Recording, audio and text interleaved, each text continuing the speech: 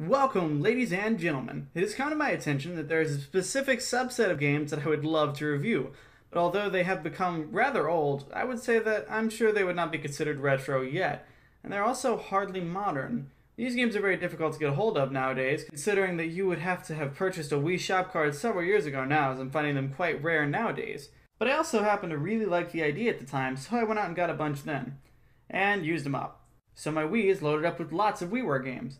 If you decide that you really want to try these games, you have a handful of options. You can try finding the Wii Shop cards or even modding your Wii, but I'm just here to let you know whether or not they were any good. Today we're going to be talking about My Life as a King, a game released by Square Enix way back in 2008. A download game that was released just about 10 years ago for a system that is now 2 console generations old. That's my main reason I started this series. I didn't want these largely obscure titles to be lost to the annals of history. Now this series likely will not be incredibly long, considering there are only so many interesting titles released for the system. For now though, these games are still available. If you have any requests, I will look into reviewing the game in question. So let's get into the actual game. My Life as a King was a very polarizing game amongst the few people that played it. Some people got really into it, while others were hoping for a much more involved action game.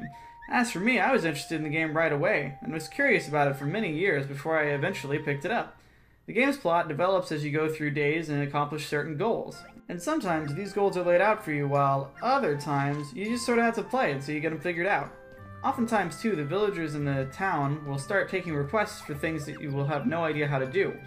And you just have to keep playing until you unlock the ability or accomplish certain goals to fulfill their requests.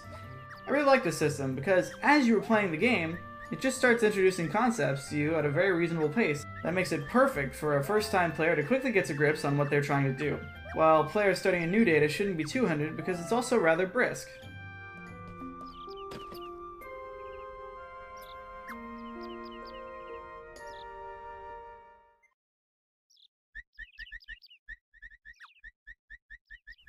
Yeah, lick. After the first few days, you start to understand exactly how much you will actually get to do as a king. The answer? Everything, but the dirty work. To explain what I mean by that, let me give a brief rundown of the story of the game. Following the events of the Final Fantasy Crystal Chronicles on the GameCube, you play as heir to the kingdom, now lost to the Dark Lord. The game begins with you arriving in a new land with Chime, whom you may recognize from Crystal Bearers, and also your captain of the guard, known only as Hugh Yerg. But for the sake of simplicity, for now let's call him Mitch. You learn that this was a stronghold set up by your father before he mysteriously vanished. The game sees the removal of poisonous smog known as miasma, present in the previous games, that is now totally clear from the land due to the events of Crystal Chronicles. Almost right away, this development spells great news, as the crystal in the center of your new but very empty stronghold gives you the power to place buildings, but only ones that you can remember. Since you were heir to the throne, you didn't get out much, so at first this limits you to normal houses, but soon you unlock more. You know, if I was king, I don't think I could resist the urge to run around in my swim trunks. You can! What? You can?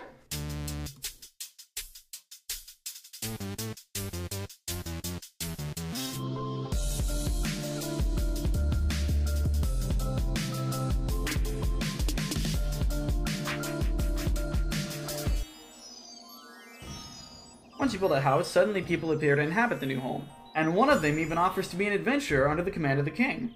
This being significantly simplified as opposed to the crystal caravans of the first game, because the miasma is cleared up, the adventurers can go it alone without having to bring a crystal or a moogle with them, greatly cutting down on your management as a king.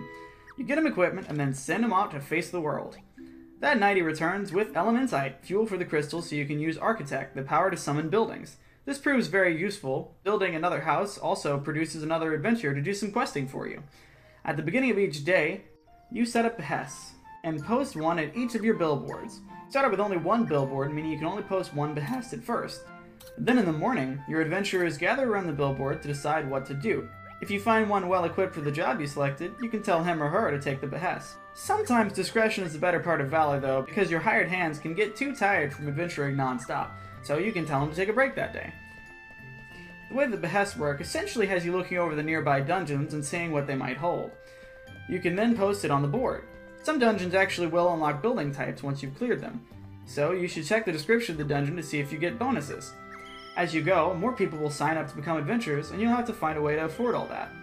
Based on the amount of citizens you have, you get tithes every morning to spend on funding adventurers to go get more architect and building types. It takes more than one day to clear out a dungeon, so the game starts to get rather long. An in-game day is about 8 minutes, and feels rather short once you start doing more in a day. So, how does it feel? How does it play? And should you get it? Well, the game feels really dang good, especially with the added classic controller support. My preferred way to play. It also has GameCube controller support. It's really fun being the one sending out the adventures instead of being the one doing the heavy lifting. It's a neat change of pace. You also get to shape the town however you want as you go through the game, which is really neat and makes for a cool and rewarding experience as people in the city start thanking you for fulfilling their requests. I wish there were more character models in the game, but outside of that, the townsfolk are really cool. Them also earns you morale points. Click City Mitch. Click City Mitch. Click City Mitch. Click City Mitch. Yo, lick city, Mitch, lick city. I'm trying to get about 10 to 20 hugs a day. Which can lead to bonus tithes. The game is super well thought out, and probably the perfect way to get into city building sims. This game is definitely not for everybody, and rather than the more action-based audience, I would say it's much better suited to the fans of games like Animal Crossing and Viva Pinata. Slower paced and more relaxed games. The game is a blast though if you're into that kind of thing. I sat down and played it about 3 hours in one sitting because I was totally engrossed. On a scale of 1 to 10, I give it an 8.5. Oh yeah, these WiiWare games are going to be actually getting number scores, by the way. So, I hope you enjoyed this first video of a new series. Stay tuned for more video game content.